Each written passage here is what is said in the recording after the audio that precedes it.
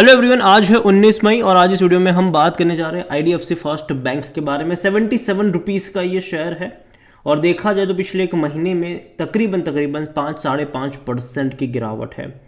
85 rupees से गिरकर ये 75 पे गया था। धीरे धीरे कोशिश कर रहा है ये तेज़ी दिखाने की, एटलीस्ट एक बेस बनाने की 75 से 80 रुपए के आसपास, और अगर बनाने में कामयाब होता है तो अच्छी बात है। और दोबारा इनके मर्जर को लेकर अपडेट भी आई है, बात करेंगे उसके बारे में। लेकिन उससे पहले अगर आपने अभी तक चैनल को सब्सक्राइब नहीं किया है तो प्लीज़ अभी इसे सब्सक्राइब कर लीजिए, क्योंकि आगे भी बहुत सारे वीडियोस हैं जो आपको काफ़ी ज़्यादा हेल्प करेंगे। तो 77 रुपीज़ का शेयर है आईडीएफसी फर्स्ट बैंक का। एक महीने में 5.5% की गिरावट, एक साल में अगर आप देख रहे हो तो 15% का ही ग्रोथ अब रह गया है। हालांकि हायर लेवल देखो तो 100 रुपये से भी ऊपर निकला था ये, बाद में गिरावट भी आई, फिर तेज़ी आई, फिर गिरावट आई, फिर तेज़ी आई, और 80-90 की रेंज में लंबा वक्त इसने बिताया। लेकिन जब 80 रुपये का लेवल टूट गया तो 75 के भी लेवल देखने को मिल गए, और अभी एक इनिशियल सपोर्ट जो है वो 75 रुपये के आसपास यहाँ पर ज़रूर देखने को मिल रहा है। लेकिन 90 रुपये का लेवल एक इनिशियल तौर पर रेजिस्टेंस के तौर पर भी यहाँ पर काम कर रहा है। और जो अपडेट, जैसे कि मैंने कहा कि मर्जर को लेकर है यहाँ पर, और शेयर होल्डर की तरफ से अप्रूवल भी मिल चुका है मर्जर को लेकर आईडीएफसी फर्स्ट बैंक और आईडीएफसी लिमिटेड को लेकर। हालांकि ये लंबे समय से चर्चा हुई, मैंने पहले भी बोला कि जब तक मर्जर कंप्लीट नहीं हो जाता तब तक ये कंसोलिडेट करेगा। यहाँ पर देखो, majority share holder of IDFC first bank has approved जो मर्जर होने वाला है बैंक का, तो उसको भैया अप्रूवल मिल चुका है। यहाँ पर जो शेयर होल्डर्स मीट हुई थी वहाँ पर इसको अप्रूवल मिल चुका है। एंड बैंक ने ये बोला भी है कि we wish to inform that the resolution approving the scheme was passed by the overwhelming majority of the 99.95%। तो भाई सब सभी लोगों ने जनरली यहाँ पर इस मर्जर के फेवर में ही वोट करा है, और ये बड़ी बात है। और हालांकि NCLT इज लाइकली अनाउंस इस अप्रूवल सून, और बहुत जल्दी NCLT भी इसको अप्रूवल दे देंगे। और अगेन देखो, टाइम लगेगा, ऐसा नहीं है कि भैया अभी आई है तो महीने में कर देंगे, टाइम लगेगा। यहाँ पर लंबा प्रोसेस होता है ये सारा।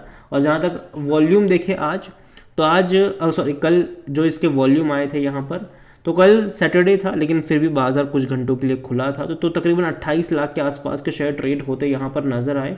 और ऑल टाइम हाई इसका 100 रुपये के करीब का देखने को मिल रहा है। लो जो है वो 17 रुपये का है। मार्केट कैप इसका 54-55,000 करोड़ के आसपास देखने को मिल रहा है। कंपनी के बारे में अगर हम बात करने जाए तो कंपनी में अभी जो आईसीआईसीआई सिक्योरिटीज़ है उनकी होल्ड करने की रिकमेंडेशन है, 85 रुपये का टारगेट है। मोतीलाल ओसवाल की यहाँ पर न्यूट्रल रेटिंग है, 88 रुपीज़ का टारगेट है।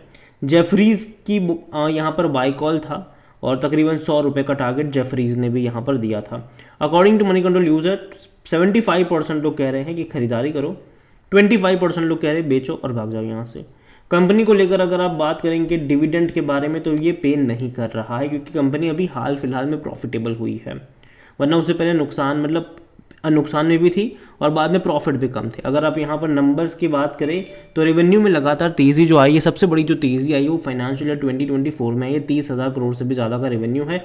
और प्रॉफिट भी अगर आप देखो तो वो 2024 और 2023 में देखने को मिला है, वरना उससे पहले 2020 फाइनेंशियल ईयर में लॉस था। 21 में प्रॉफिट ज़रूर हुआ, लेकिन 22 में फिर से प्रॉफिट था लेकिन कम हो गया यहाँ पर।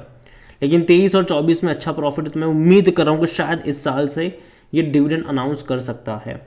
जो जून के नंबर्स आएंगे तब हो सकता है कि अनाउंस हो यहाँ पर, और उम्मीद करते हैं कि अनाउंस हो यहाँ पर। और जहाँ तक अभी तो पहले मर्जर का प्रोसेस पूरा कंप्लीट होगा, उसके बाद ये सारी चीज़ें आपको नज़र आएगी। और जहाँ तक वैल्यूएशन की बात करी जाए तो देखो 18 का पी है, थोड़ा सा महंगा है सेक्टर पी 16 के मुकाबले। तो देखिए, देखने में आप इसको सस्ता नहीं कह सकते अभी के टाइम पर, लेकिन जैसे कि मैंने कहा एक इनिशियल सपोर्ट 75 रुपये के आसपास ज़रूर देखने को मिल रहा है। 75 का एक इनिशियल सपोर्ट यहाँ पर ज़रूर है, और कहीं ना कहीं यहाँ से एक बाइंग इंटरेस्ट भी जनरेट हो रहा है। अकॉर्डिंग टू टिकर टैप 50% एनालिस्ट कहते हैं खरीदारी करो। फाइनेंशियल्स अगर आप इसके देखते हो तो नंबर्स देखा जाए तो रेवेन्यू वाइज बहुत अच्छे थे, कोई शक नहीं है उसमें। रेवेन्यू वाइज इसके जो नंबर्स थे वो वाकई में बहुत अच्छे थे, लेकिन प्रॉफिट वाइज अगर आप देख रहे हो तो मार्जिन में थोड़ा सा दबाव ज़रूर है। 9,860 करोड़ का रेवेन्यू था, लेकिन प्रॉफिट हुआ 731 करोड़ का, जबकि इससे पहले पिछले साल इसी क्वार्टर में 816 करोड़ का प्रॉफिट था। तो पिछले साल ज़्यादा प्रॉफिट था, जबकि रेवेन्यू कम था, सिर्फ 7,800 करोड़ का रेवेन्यू था। तो रेवेन्यू के तौर पर 2,000 करोड़ से भी ज़्यादा का रेवेन्यू ज़्यादा कमा है, लेकिन प्रॉफिट यहाँ पर कम हो गया। और अगर आप पिछले 4 क्वार्टर का प्रॉफिट देख रहे हो तो वो बढ़ नहीं रहा है, जबकि रेवेन्यू लगातार बढ़ रहा है। मार्जिन के ऊपर दबाव है और यही वजह भी है कि भाई साहब शेयर में कोई उस तरीके की तेज़ी नहीं आ रही है। और दूसरी बात, जो इनके मर्जर को लेकर प्रोसेस है वो भी थोड़ा बहुत परेशान इनको कर ही रहा है। और देखिए, मैंने पहले भी कहा था कि मर्जर की चीज़ें डेफिनेटली कुछ टाइम के लिए परेशान करती है कंपनियों को। ये चीज़ हम HDFC बैंक में भी देख चुके हैं, ये चीज़ हम उज्जीवन स्मॉल फाइनेंस बैंक में भी देख रहे हैं। तो ये होगा यहाँ पर। और जहाँ तक शेयर होल्डिंग के बारे में देखा जाए तो प्रमोटर की होल्डिंग यहाँ पर 37.43% की है। इंस्टीट्यूशन में म्यूचुअल फंड्स की होल्डिंग 2.67% है और डोमेस्टिक 4.14% पर है। FIs बड़ी क्वांटिटी में है, 23.65% पर है। और GQG पार्टनर्स ने भी यहाँ पर बड़ी खरीदारी करी थी, ठीक है। यहाँ पर रिटेल और अदर की मिलाकर 32.11% की होल्डिंग है, जिनमें से रिटेल इन्वेस्टर 15.36% पर है और जो अदर पार्टीज़ है वो 16.75% का जो स्टेक है वो यहाँ पर लेकर बैठे हुए हैं।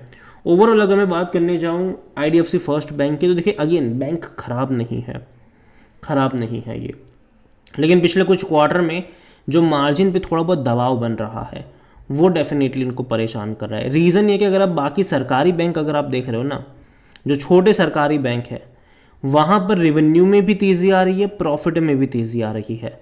तो वहाँ पर मार्जिन में इम्प्रूवमेंट भी देखने को मिल रहा है, रेवेन्यू में भी इम्प्रूवमेंट है। तो यहाँ पर वो नहीं है, यहाँ पर वो मिसिंग है। तो यहाँ पर अगर आप देखो तो पिछले कुछ टाइम में ना इनका जो प्रॉफिट कम हो रहा है उसका एक सबसे बड़ा रीज़न ये भी है कि खर्चा इन्होंने ज़्यादा करा है, मार्केटिंग के ऊपर भी इन्होंने खर्चा करा है और एक्सपांशन के ऊपर भी अभी काफ़ी ज़्यादा हद तक खर्चा कर रहे हैं। मार्केटिंग को लेकर अगर आप देखो तो भाई साहब BCCI के साथ इन्होंने डील करी थी ट्राई सीरीज़ को लेकर। इसके अलावा मुंबई इंडियंस के ऑफिशियल बैंकिंग पार्टनर भी ये बने थे। तो ये सारी चीज़ें हैं जो कहीं ना कहीं इनके मार्केटिंग कॉस्ट को बढ़ा रही है। लेकिन देखो, मैं उम्मीद करता हूँ कि आने वाले टाइम में चीज़ें इनके लिए बेहतर हो, तेज़ी आए। लेकिन इनिशियल तौर पर मैं इतना ही कहूँगा कि अगर आपके पास है तो आपको टाइम देना पड़ेगा जब तक मर्जर कंप्लीट नहीं हो जाता है, क्योंकि तब तक ये कंसोलिडेट करेगा। मर्जर कंप्लीट होने के बाद हमें क्लियर पिक्चर मिल पाएगा कि वैल्यूएशन क्या निकल कर आता है, चीज़ें क्या निकल कर आती है। और यही वजह है कि मैं इतना ही कहूँगा कि आप अगर यहाँ पर बाई करते हो तो आपका यहाँ पर जो नज़रिया है वो 2-3 महीने का नहीं होना चाहिए, वो कम से कम 2-3 साल का यहाँ पर होना चाहिए। अगेन ये मेरा पर्सनल ओपिनियन है, कोई भी इन्वेस्टमेंट एडवाइस नहीं है। और अगर आप खरीदारी कर रहे हो तो बाय ऑन डिप्स का अप्रोच रखिएगा, ठीक है। वीडियो को यहीं पे एंड करता हूँ। पसंद आया हो तो लाइक करें, शेयर करें। चैनल पर अगर आप पहली बार हैं तो प्लीज़ सब्सक्राइब करें। और IDFC फर्स्ट बैंक के बारे में आप क्या सोचते हैं वो भी आप मुझे कमेंट में लिख कर बता सकते हैं। Thank you.